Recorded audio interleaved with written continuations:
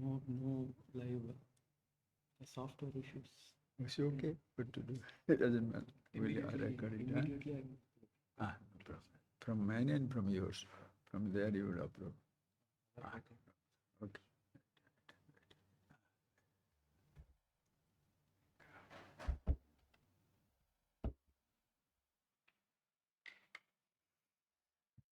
So no live talk today. Later on we'll do that. Yes, sir. Okay, doesn't matter.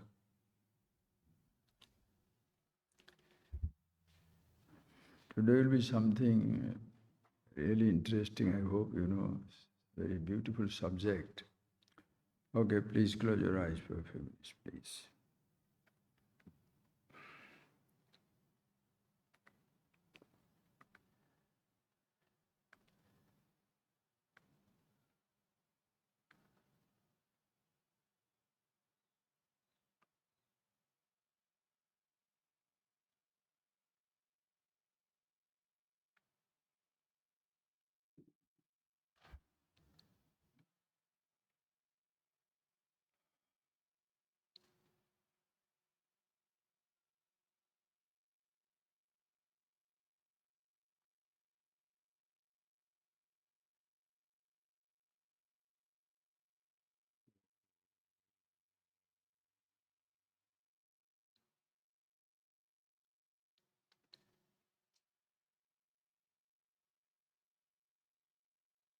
Thank you, friends.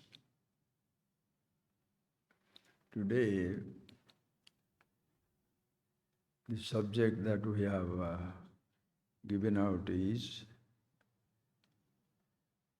learning to learn as well as unlearn. Especially in this, in the field of knowledge, be that the objective knowledge that we go through in our school, college, university, or be that the knowledge of the self, the absolute, most people argue with one thing, that is creating a difference between experience and the knowledge. Some people give importance to that experience comes first, then comes knowledge. But most people will say knowledge or information comes first before we experience anything. That is because all of us are children. We were not born with knowledge. Informations were not there. Please think of it, because I sat down today. It was very, very nice. I have written it down. I'm trying to present it to share it with you the best possible way. Please see it as it is. In case you find difficulty, you can always let me know. We can discuss. Most people think that we have information or knowledge first. Experience has to be gained later on. That is because first when we are starting our life, first think of it, starting our life, we are born into this universe. Ask yourself, a child, the moment he is born or the moment he is conceived, what comes to the child first? Experiences or the knowledge of the experience? Think. This is very simple but very beautiful. You have to work it out. You have come to ashram. Suppose I bring you to the ashram. Or you land in a country You go in a flight, you land in the country. Do you start experiencing that landscape of that country first, or you get the knowledge of that country first? The moment you step out of the plane, you have started experiencing the landscape of the country. The moment you get into this ashram, you have started experiencing the whole landscape without knowing which tree is what. If I have to introduce you to every part of this garden, I take you with me. As you are walking down, you are already experiencing every tree there. But you don't know any one of those trees. Then you have to ask, what is that tree? What is this flower? What is this mango? That looks different. What is this vegetable? Listen carefully, friends. In life, what comes first to us? Experience or information? In relation to life in general, experience comes first.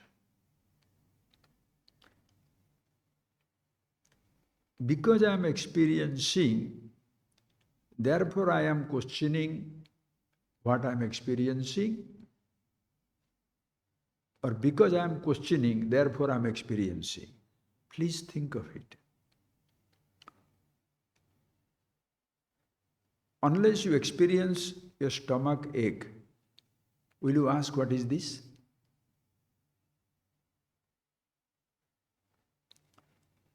Unless you experience a sunrise or a sunset, will you ask, what it is this? Experiences are independent of the perception. In a sense, please appreciate, long before the child is aware that he is seeing or listening to something, the child is already experiencing seeing and listening.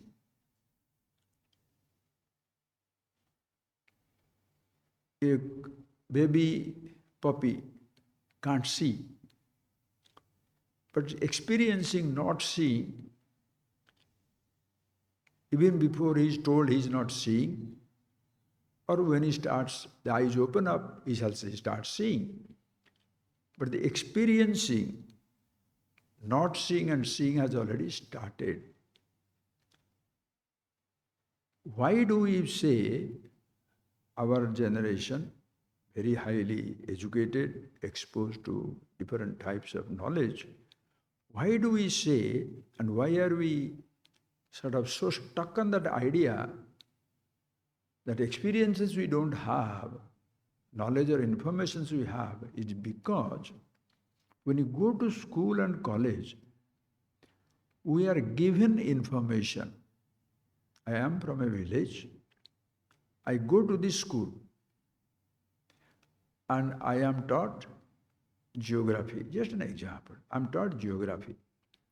When I am being taught geography about my state, my country, then how many different states in our country, how many different countries in the world, how many different continents, and then you have got a political map, physical map, where you see the countries.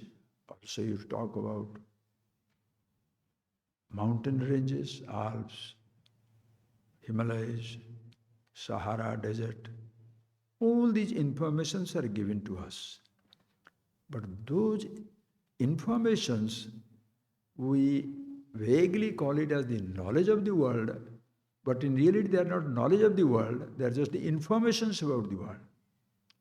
To get the knowledge of the world, I must use my information to go and see that place.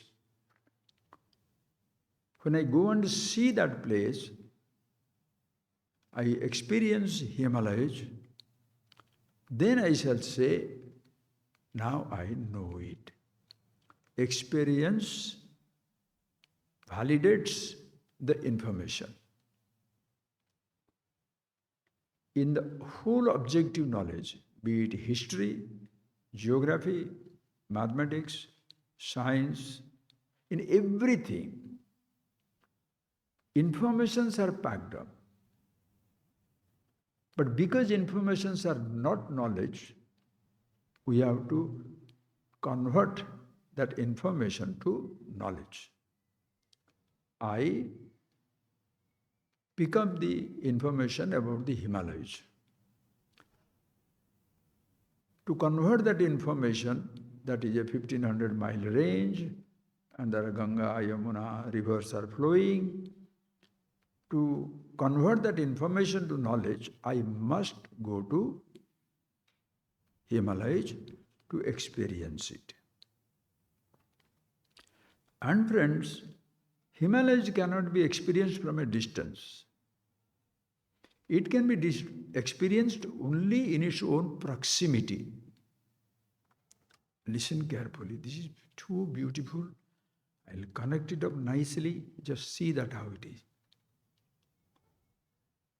If you want to experience Niagara Falls, travel 10,000 miles.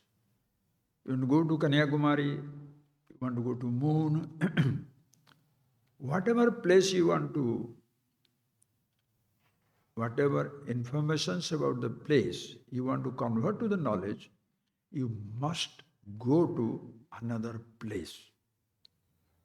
From the earth, go to moon. From Chennai, go to Himalayas. Travel.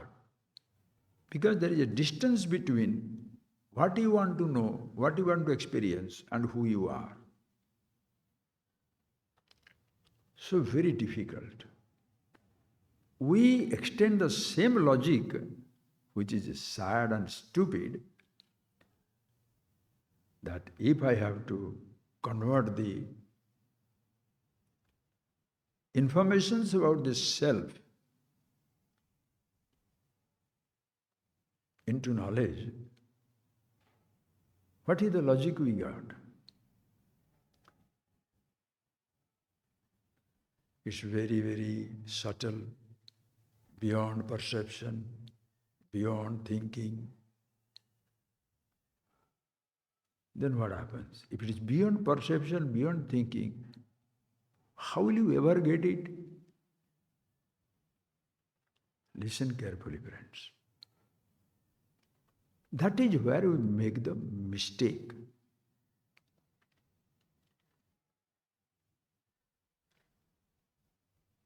In the geography, history, science book, the information that we are picking up about the places, different animals, different trees, different human beings, they are far away from me. Listen carefully. Suppose I have to pick up the knowledge about my own body. Ask yourself, are we not experiencing our bodies before we are introduced to different parts of the body?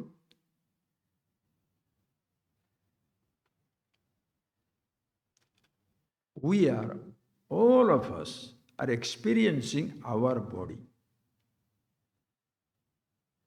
We are seeing it, touching it, tasting it, smelling it.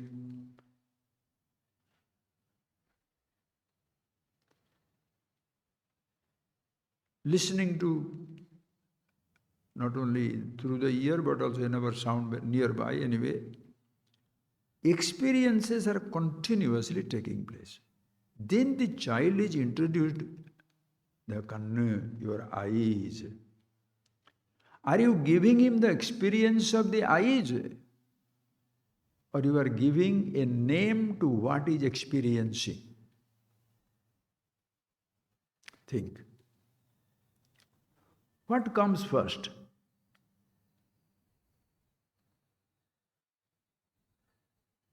The experiencing of your own body comes first, or the knowledge about the body comes first? And if you are going to introduce my body to me, shall you take me to some place? Please think. Will you take me to some place? Come to Himalayan caves, I shall introduce you to your body. In case you are just jumping the gun, in case you are trying to introduce me to my own thoughts, perceptions, sensations, shall you take me to Himalayan caves? Shall you take me to the 10,000 feet hole somewhere, holy place? Should you take me anywhere, away from where I am? If you are going to introduce my body to me, where shall you take me? And my body, when you are introducing my body to me, I am already experiencing my body. If you are going to help me to recognize what does it mean to listen to a sound, touching something, seeing something, tasting something, smelling something, where shall you take me? My sense experiences are already taking place wherever I am. And because of that perception, where the sensation is instantaneous, and also the impression of that perception and sensation are also instantaneous as a thought. And the thought doesn't happen somewhere outside my body.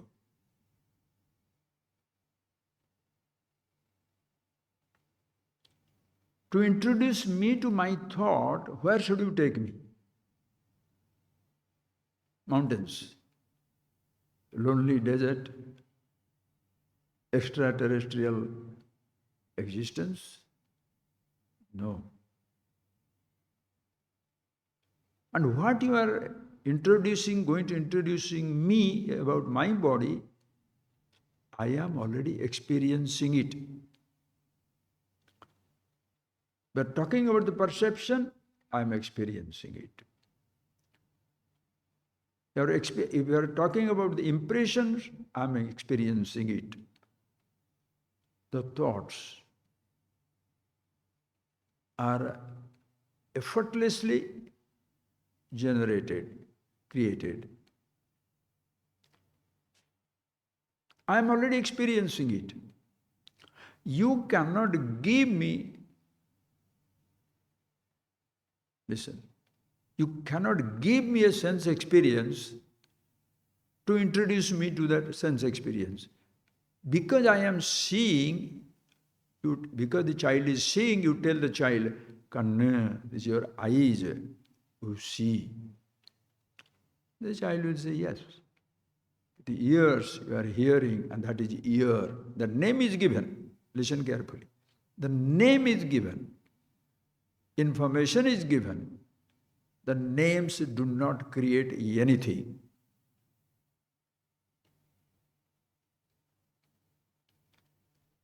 It is about me, about my body.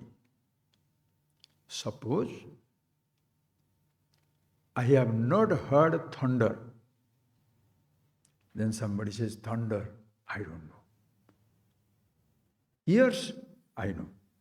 Sound, I know. How many varieties of sounds? Millions of sounds.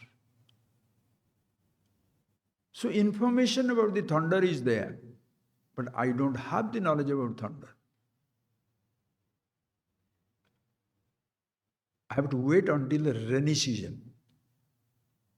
And in the rainy season, there should be a thunder sometimes. Should be. Suppose it's not there, I miss it.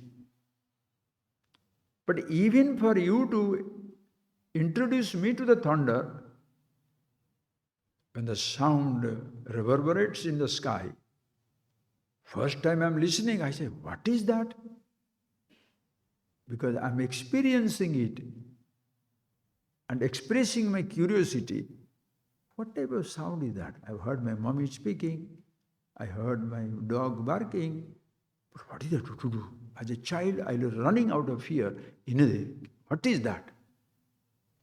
Then the mommy said, this is thunder. Then you connect it up. Oh, so this is the thunder the fellow was talking about. I see. Even for you to be introduced to thunder, first you must experience it before you recognize it. You can be given a name, it means nothing. Information can come first. But if you are going to convert the information to knowledge, experience of the object must come first. I hope you understand what I'm talking. I take you to the garden and I tell you, you shall see a nice flower in our garden. Nagalingam, so beautiful. Then he said, what is Nagalingam? I said, I will tell you, you go. So you went around the garden, you were restless, you were walking around to see that Nagalingam flower. By looking at the tree, how will you know which one is Nagalingam? But you go and see everything. Then I asked you, did you see the Nagalingam flower? No, Swamiji. Did you go near the well? Yes. Did you see there is a tree? So many trees. So many trees are there. I said, did you see a tree? There is a little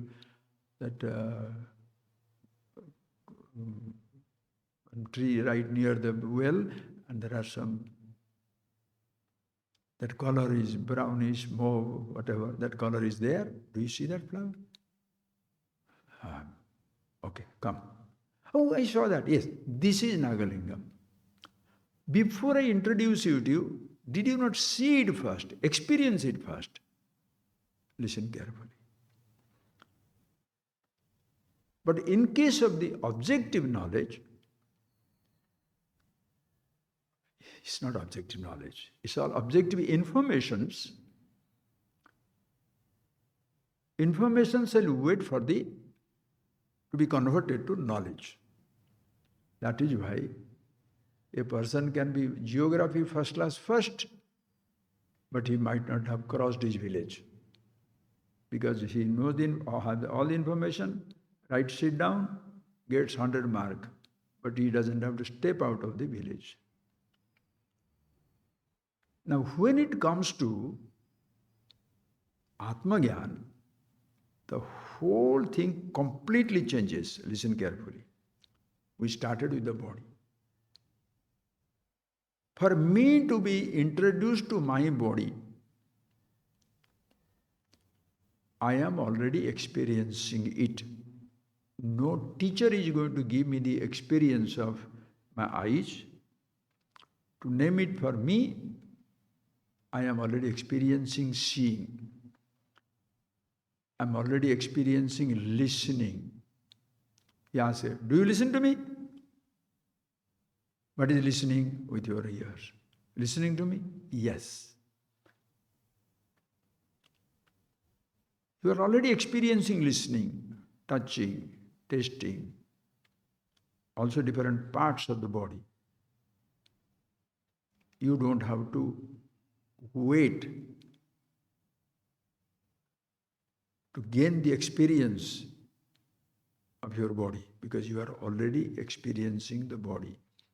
The names are being given: leg, hand, stomach, neck, whatever parts of the body, they are naming it. They are not creating it. Even before the names are given, you are with the nameless. Even before the knowledge is given, information is given, you are already experiencing it. Same thing also about your body, about your thoughts.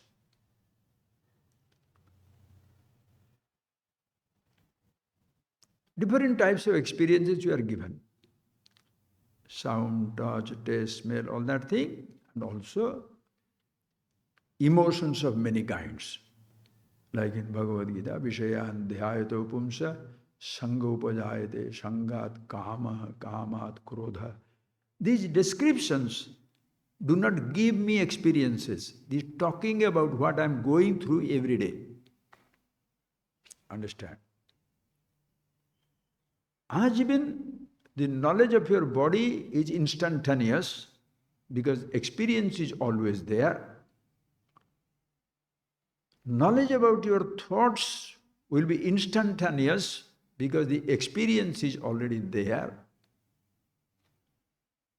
Atma Jnana, the knowledge of yourself being who you are, is instantaneous because your experiences are continuous from the moment of your conception and birth.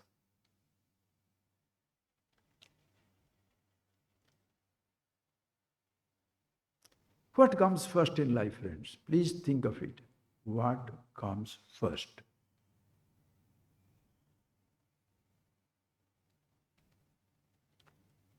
Experiencing comes first. And there are two types of experience. One is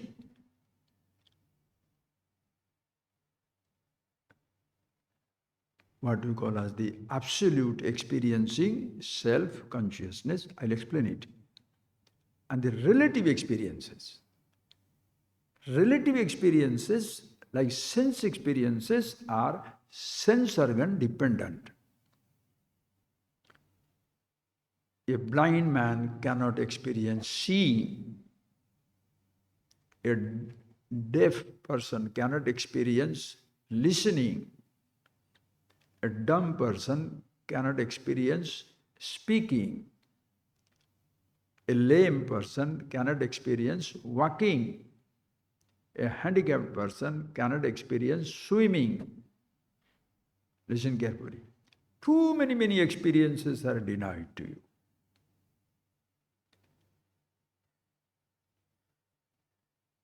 Seeing cannot be denied.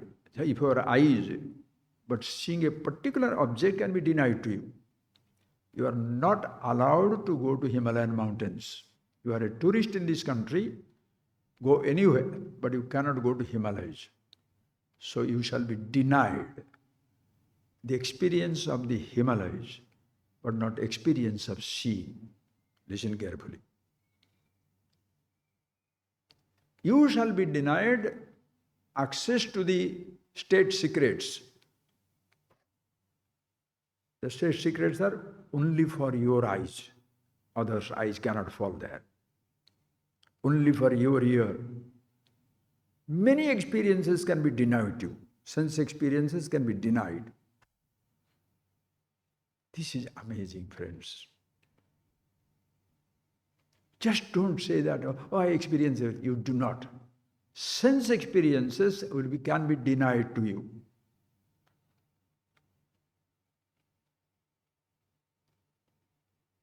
Some fruits will be prohibited. You are not supposed to touch, taste. Some perfumes can be prohibited. Just take it. You think for yourself. But seeing cannot be prohibited. Unless they gouge out your eyes. That is where the dictators and rogues will destroy. Terrorists.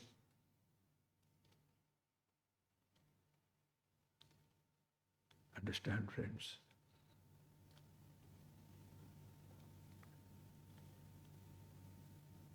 Sense experiences, because they are dependent on the sense organs, certain experiences can be denied.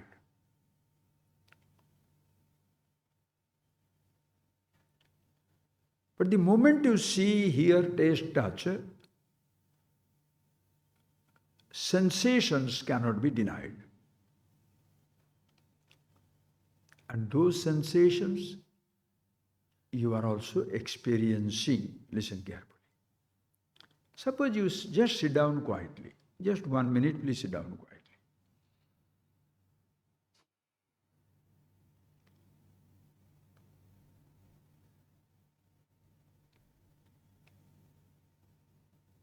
Now you can open your eyes. I am asking you a question. Did you, listen carefully, did you experience, I am not making it organ specific. I am not asking you, did you experience a sound? No. Because to listen, experience a sound, you have to use your ears. Did you experience a sight? No. Did you experience a taste? No. Did you experience a touch? No, I'm not asking you that. Did you experience a smell? No. I am asking you a general. Did you experience? If you say no, you can't say no unless you are dead. Living and experiencing, and to experience means being conscious, is instantaneous, effortless, immediate, inescapable.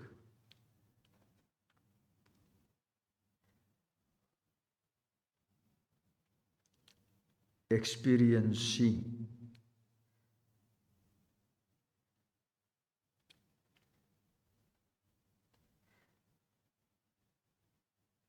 And you don't have to say, I am experiencing to experience. No words are needed.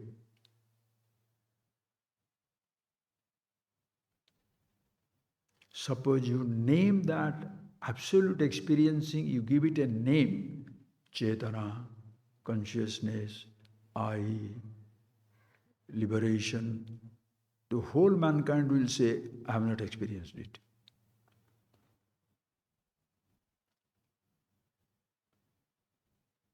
In every moment of your sense experience, just take it. You listen some beautiful music and all your thoughts suspended. Then I said, how was that? It was great, great.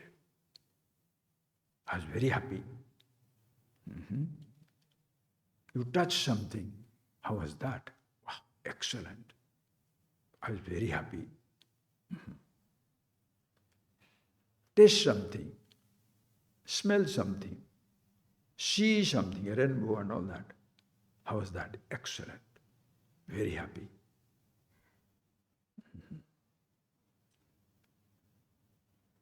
And that moment, wherever you, not with the object, not with your senses, something happened to you inside.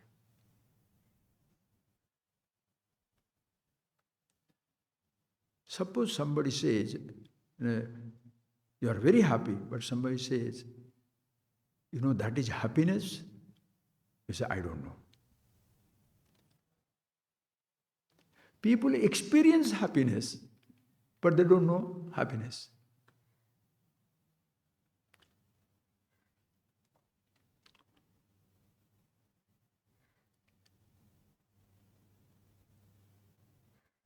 It's very strange.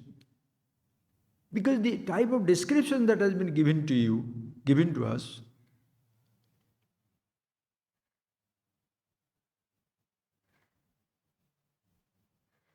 somebody says that, like if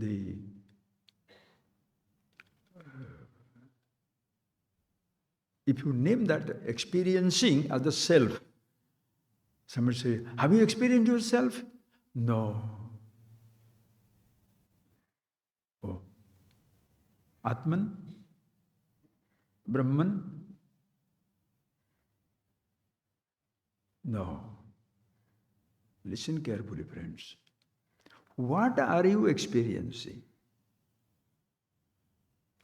Can you escape experiencing?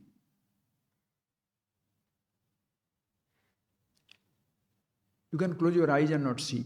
You can close your ears and not see. You can close your tongue, not taste. Softly close your nose, you may not smell. Experiencing, please stop. I'm not asking a particular specific sense experience. Sense experiences are million kinds. Usually 5 kinds, sabda, sparsha, rupa, rasa, gandha. Like thoughts are 5 types of thoughts, but emotions are how many kinds of emotions? Infinity. How many types of perception? 5. Sensations? Every sound has a sensation. Every type of touch has a sensation. Every type of taste has a sensation. Can anybody experience every taste in this world? Every touch, every smell, every sight, every sound? Impossible. That is why human beings are permanently damaged.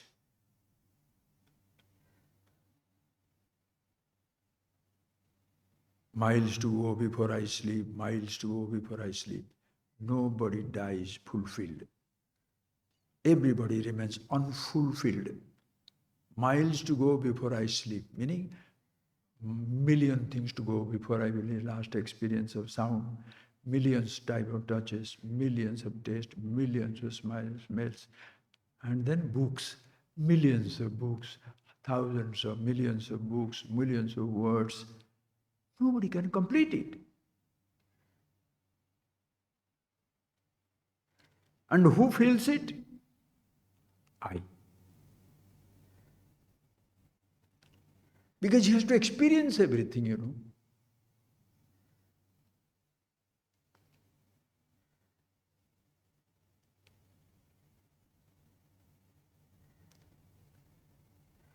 Think of it.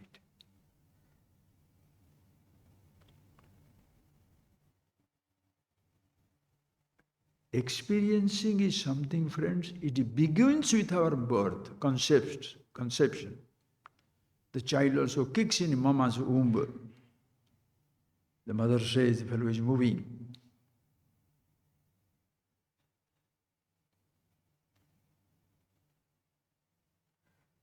The moment you come out of the mother's womb, experiences continue.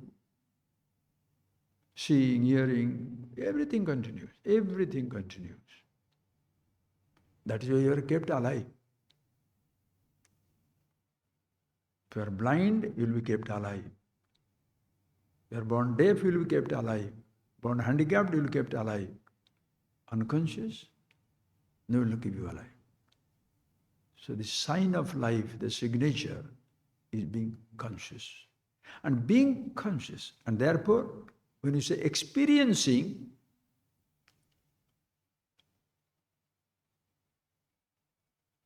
is something that is very that particular, those of you who have heard it, the aparoksha, Shankara writes that name, aparoksha anubhuti. Just take that language. Aparoksha anubhuti. Aparokshasya atmanaha anubhuti. We shall see that language, please. Anubhuti, experience. Aparoksha anubhuti. Listen. Paroksha means which is aksha para, indirect. This is pratyaksha. Listen, please. This is pratyaksha. Aksham prati, right in front of your eyes. You are seeing this. Paroksha means heavens. That is a nitya paroksha. Forget it. Paroksha means my back. For me also, paroksha. You see what is happening. The 2 mosquitoes are hanging around, or one cockroach is standing there, or one scorpion is sitting there. I don't know. You are telling there is a scorpion. I don't know. Paroksha. It is indirect. If I turn around, I can make it direct. But if it is paroksha, because it is not direct for me. See, Atma about this self, one word is used is aparoksha. Simple meaning is, why do you say aparoksha? If it is not pratyaksha, it is paroksha. Listen carefully. Since it is not, I am not directly seeing with my eyes, it is paroksha, indirect for me. Then why don't you say Atma? Can I say pratyaksha? No, because I can see it, visualize it, objectify it. I can see asabdam, asparsham, arupam, arasam, agandham. Kand is not a sound to be heard, not a touch to be touched, not a smell to be smelled, not a sight to be seen, not a smell to be smelled. So, Atma cannot be pratyaksha. Shall we say it paroksha? Indirect? No. Why? Because it is myself. It cannot be seen directly. I can't say it is direct because it is not available for objectification. Shall I say it indirect? No, it's myself. Since it is myself, na paroksha. It is not pratyaksha, but it is not paroksha. Amazing word. That one word you understand, the whole truth will be understood in Upanishad Vedanta. You don't have to go to 2 million books for that. One word, aparoksha. And that aparoksha, anubhuti, nobody has to give it to you. Atma anubhava is the Atma anubhava swarupa. That which is of the nature of experiencing continuously. You don't have to create that experience. Sensation is an experience created. Listen carefully. Seeing is not a sensation.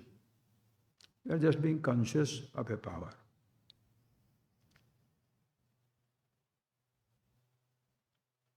Touching something, it's a sensation. Tasting something, sensation. Seeing also can be some ecstatic, no problem. Smelling something, tasting something, touching something, seeing something, listening something.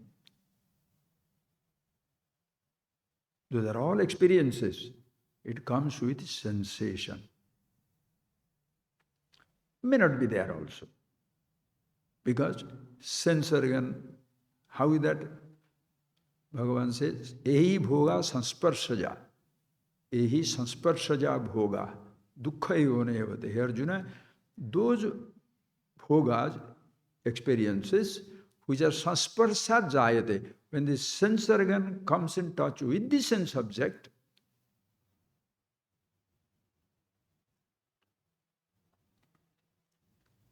they come together, a sensation will be created.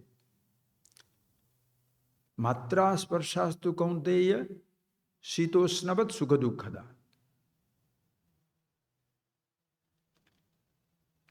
The object and the sense organ come together.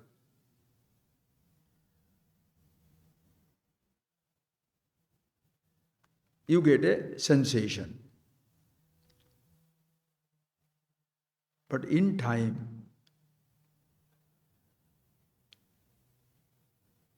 adyantavat gauteya. Yehi bhogaha sansparsaja adyantavanta. They have got a beginning because they come together. Antavat. It will come to an end. So with the coming together, if there is a sensation, in the absence of it, the sensation will go. Therefore, anybody gets hooked into that sensation as the happiness shall be permanently damaged. He shall never be happy in life. That jainateshu ramate dhiraha buddhya. The wise man never indulge in that. You may choose to have that. Never indulge doesn't mean he doesn't want to experience. That's your choice. Be free to choose. Don't be a slave of a sensation. Listen carefully. There are very, very beautiful stuff. Whereas in case of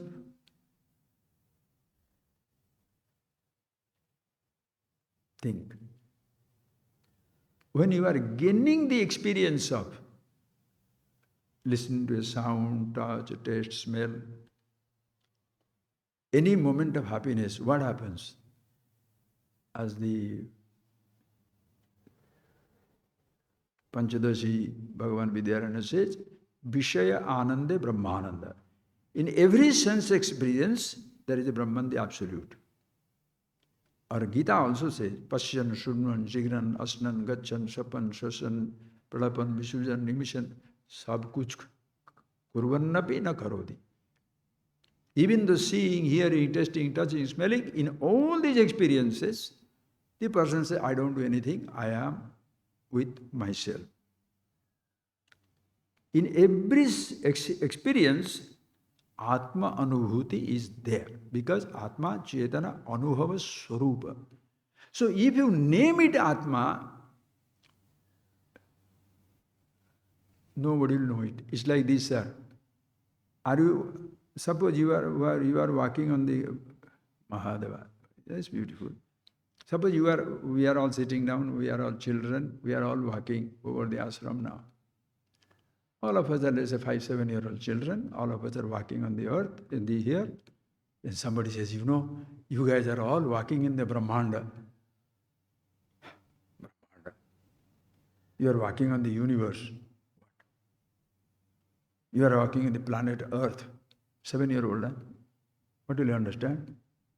Is all the time walking on it, but because you have named it some fancy name in geography, or some fancy name in cosmology, Brahmanda I have not experienced.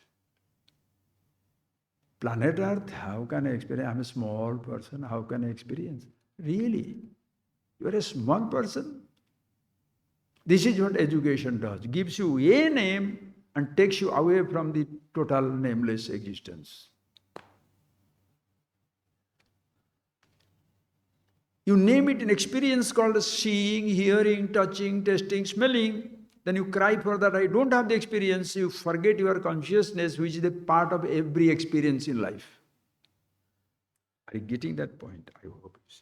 If you don't see also, doesn't matter. Try to think and see for yourself.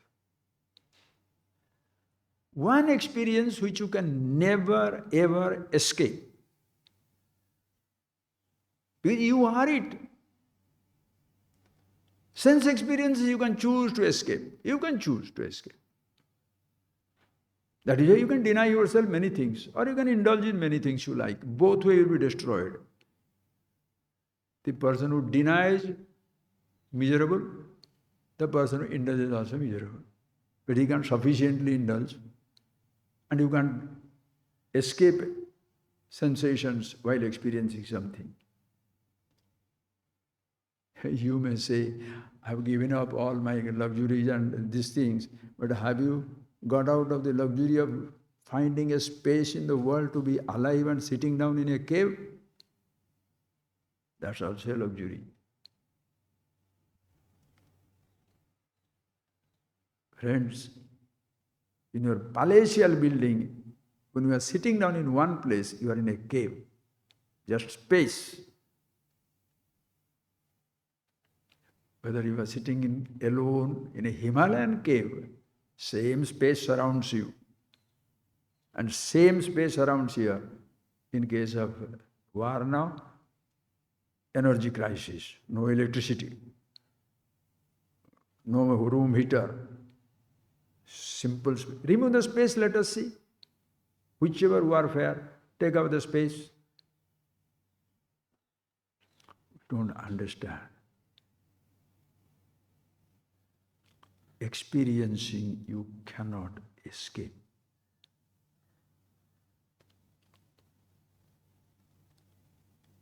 It is not Atma and Anubhava.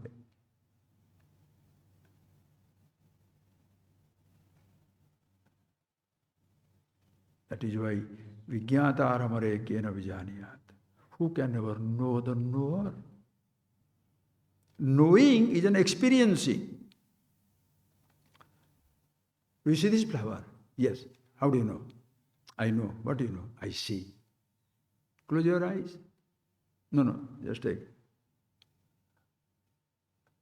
Do you see this flower? Yes. I see. How do you see it? I see. Now take out the flower. Do you see? Immediately we say no. Because you think I see means seeing the flower. That much we are gross, no. If you say, do you see? I take it away? No. No. Flower is gone. Seeing doesn't stop. Seeing is continuous wherever you go. Objects are there or not there. Okay. I see. How do you know? I know. What do you say? I see. Close your eyes. Do you see? No. I don't see. How do you know? I know. So, knowing means what? Experiencing. Eyes are experiencing, seeing. Also experiencing. Eyes are not seeing. Stop knowing. Or make a little distance now. When you saw this object, what is this one? Hibiscus, red flower is in your head. Do you have a thought? Yes. How do you know? Can you see your eyes see? Eyes can't see the thought. Eyes can see, eyes don't know. So your thoughts are there? Yes. How do you know? I know. Thoughts are not there. I don't have a thought. How do you know? I know. So a thought does not mean knowing. Thought is known. Thoughts do not know.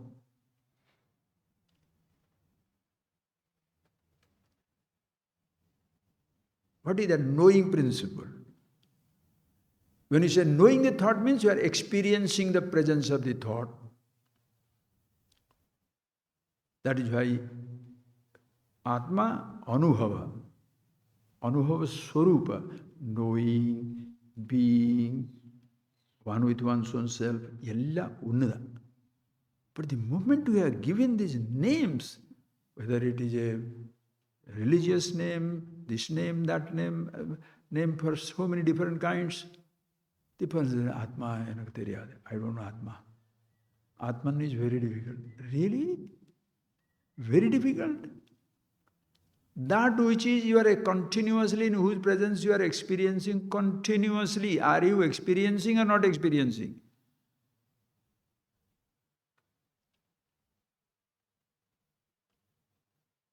It's like a man is telling, I have no tongue. Using the tongue all the time and say, I have no tongue. I don't know.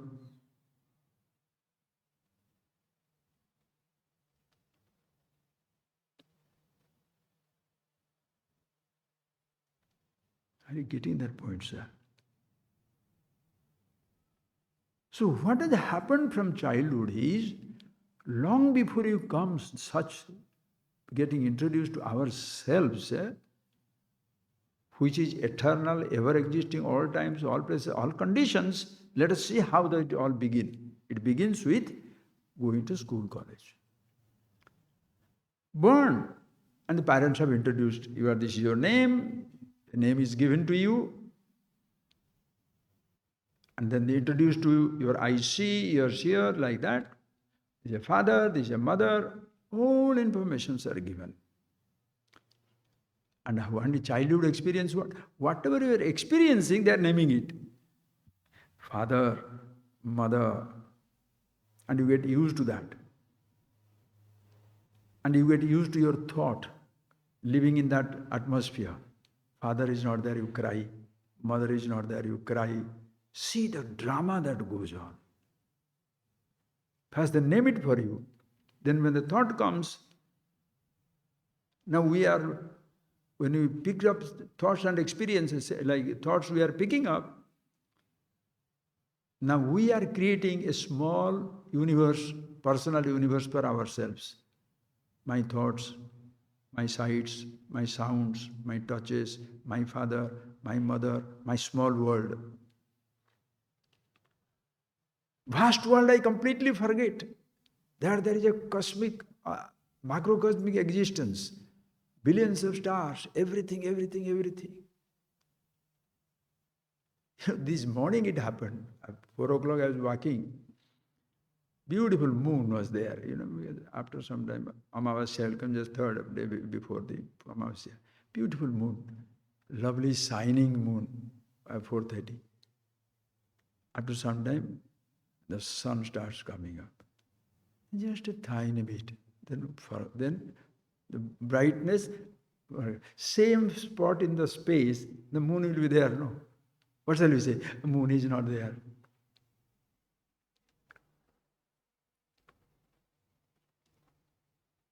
You say moon is not there. Can you say? Not visible.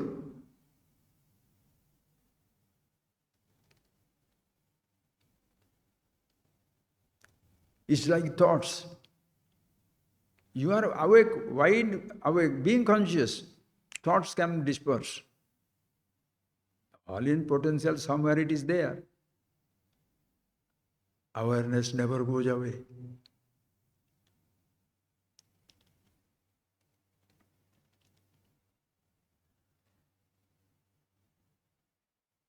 So as children, we create a personal universe and we expand it. How? Geography, history, chemistry, math, educated. Educated means putting up more and more ideas. Our universe expands inside. Educated person.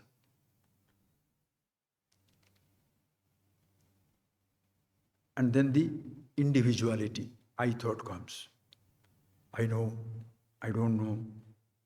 I'm rich, I'm poor, I'm young, I'm old. I've experienced this, I've not experienced that. I want to experience the whole world. I want to see every part of the world. I want to listen to that Niagara Fall. I want to visualize, see that, Serengeti, I'll go to the wildlife. I want to go to the moon and star. The eye is busy. For what? I want to experience that extraterrestrial place. And to experience all these things. But what is the experience? So we lose ourselves on the experience of seeing, hearing, tasting, touching, smelling. But that in whose presence everything is experienced, which can never be missed, never talked about. And that becomes the most difficult, because when you are lost in billions of sound, you think silence is just not there. Do you ever taste the tasteless position of the tongue? Do you enjoy the tasteless of it? Do you enjoy your skin as it is, or a sensation of touch?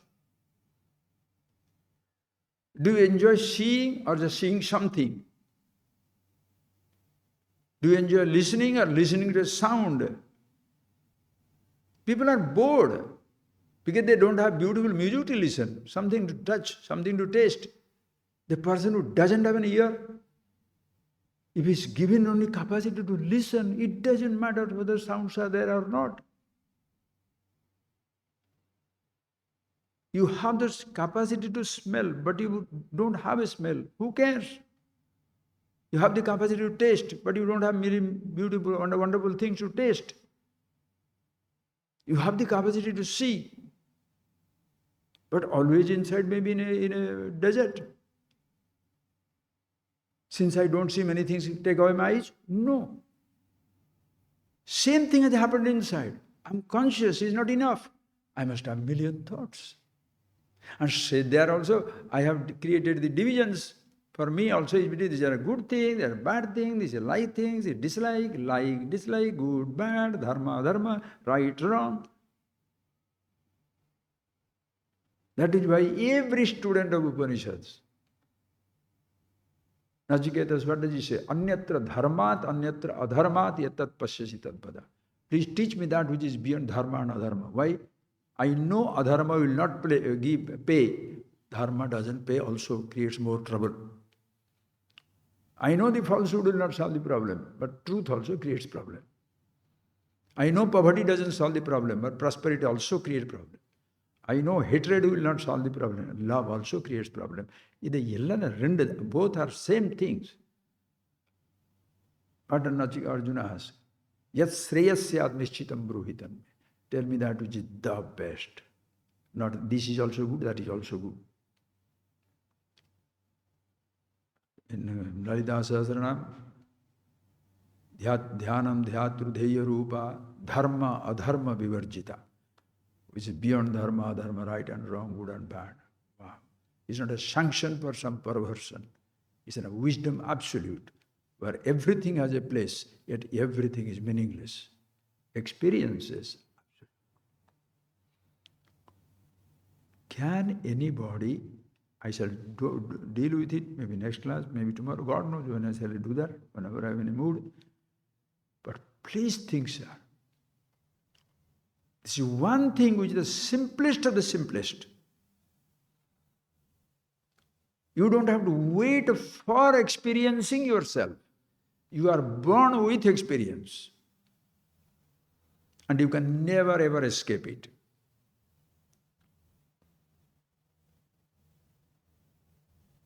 Please think of that. Just close your eyes, please.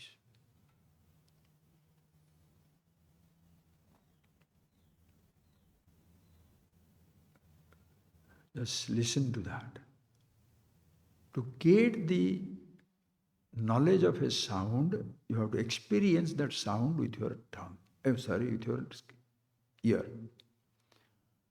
To get a knowledge of a touch or a taste or a smell or a sight, you have to physically experience through your sense organs those objects. In case of Atma Gyan, self-knowledge, if you have to have the knowledge of the mango, you must have the experience of the mango.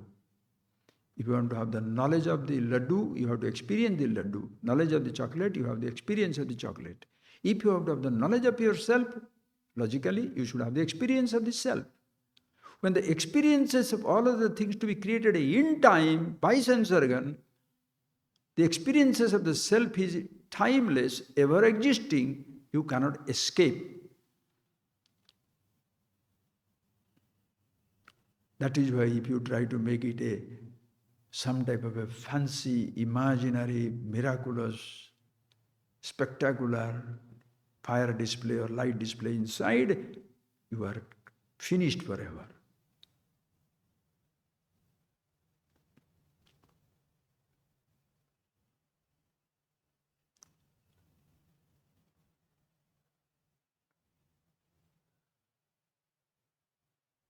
I asked you, you just close your eyes for some time, see for yourself. Are you experiencing it? Not it. Are you experiencing? Can you say no? I'm not asking you any particular experience. I'm not asking you, are you experiencing sound, taste, or touch? No, no, no. Nothing in specific. Experiencing. Being conscious.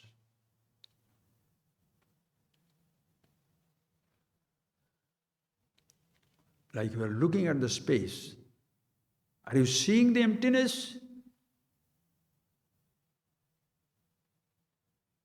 I'm not asking whether you are seeing a bird flying in the space.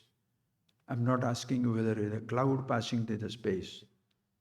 I'm not asking you whether lightning strikes in the space. No, just space. Are you experiencing the silence? I'm not asking you, are you experiencing a specific sound of a specific decibel?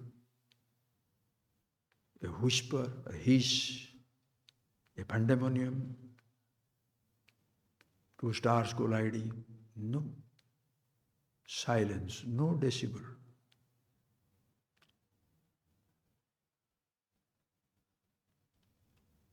Can we escape experiencing silence? Experiencing space, formless. And even if this silence is physical, external, formless, external, you can't stop experiencing it.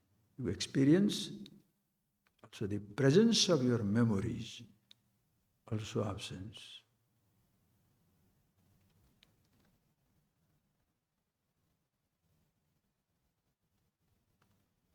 You can't call it direct.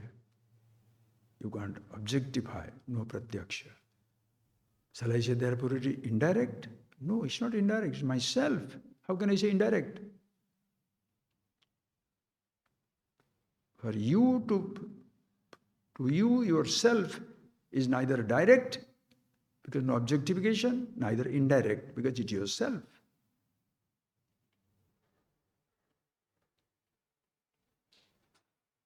And it's not a sensation of a specific kind.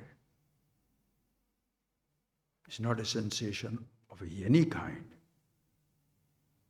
Anubhava Swarupa.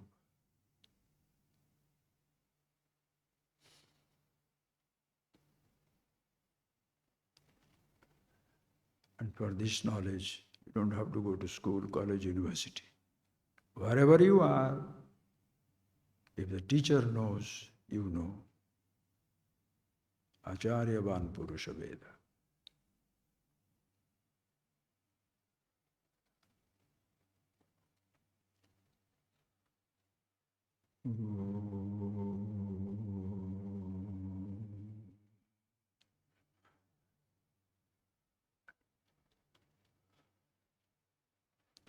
Thank you, friends. Thank you.